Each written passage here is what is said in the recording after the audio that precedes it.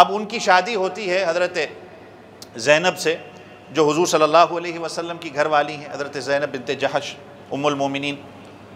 اب ان کی شادی ہوتی ہے جس بنا پر ہوئی، وہ ایک لمبا چوڑا واقعہ ہے، لیکن شادی کے بعد ان کا آپس میں نباہ نہیں ہو سکا،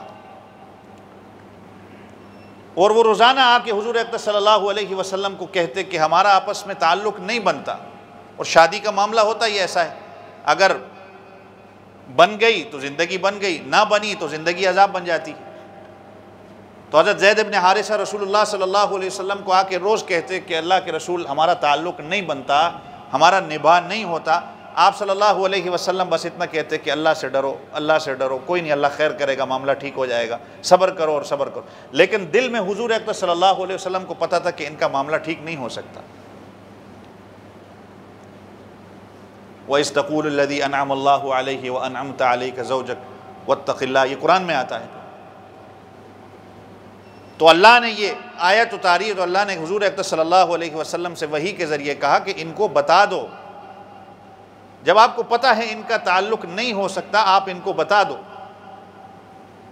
آپ صلی اللہ علیہ وسلم نے بتا دیا، خیر وہ پھر ان کی طلاق ہو جاتی ہے۔ پھر حضور اکرم صلی اللہ علیہ وسلم کا نکاح ام المومنین حضرت زینب بنت جحش، ان کی عدت کے بعد حضور صلی اللہ علیہ وسلم نکاح فرماتے ہیں۔ اب دیکھیں کہ یہ طلاق ان کے لیے فائدہ مند ہوئی کہ نہیں ہوئی۔ اور بعض اوقات طلاق کا معاملہ اور ہوتا ہے۔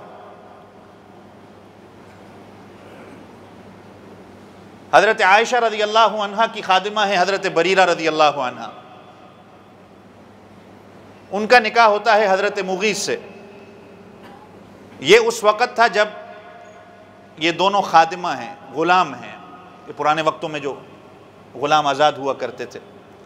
آج لوگ کہتے ہیں نا اسلام نے عورت کو حق نہیں دیا، یہ مسئلہ سمجھ لیں، اگر مرد غلام ہو اور اس کی غلامی میں ہی شادی ہو جائے، اگر اس کو بعد میں اس کا آقا اور مولا آزاد کر دے تو بیوی کے ساتھ نکاح اس کا برقرار رہتا ہے۔ بات سمجھ رہے ہیں نا؟ لیکن عورت اگر خادمہ ہو، باندی ہو، لونڈیا ہو، اس کا غلامی کے وقت اگر نکاح ہو اور بعد میں اس کا مالک اس کو آزاد کر دے، پھر اس عورت کو اختیار ہے اس خاوند کے ساتھ رہنا چاہتی ہے یا نہیں رہنا چاہتی۔ مرد کے لیے نہیں ہے، عورت کو اختیار دیا ہے۔ اب چونکہ حضرت بریرہ رضی اللہ عنہ اور حضرت مغیث رضی اللہ عنہ کا نکاح ہوتا ہے، دونوں غلام ہیں۔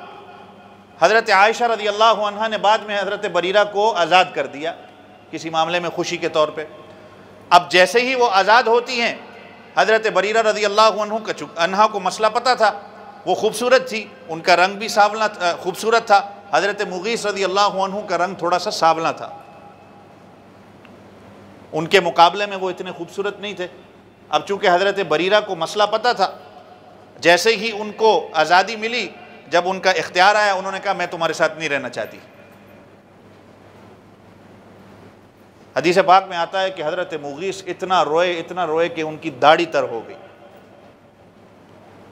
اور حضور اکرم صلی اللہ علیہ وسلم کے پاس آ گئے کہ اللہ کے رسول کوئی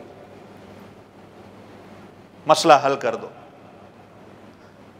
اب حضرت بریرہ رضی اللہ عنہ حضور اکرم صلی اللہ علیہ وسلم کے گھر میں جن کی تربیت ہوتی ہے، ام المومنین عائشہ رضی اللہ عنہ کی تربیت ہے، ان کو بلایا گیا تو حضور اکرم صلی اللہ علیہ وسلم نے کہا بریرہ آیا کوئی رجوع ہو سکتا ہے اس کا؟ اللہ کے نبی پوچھ رہے ہیں۔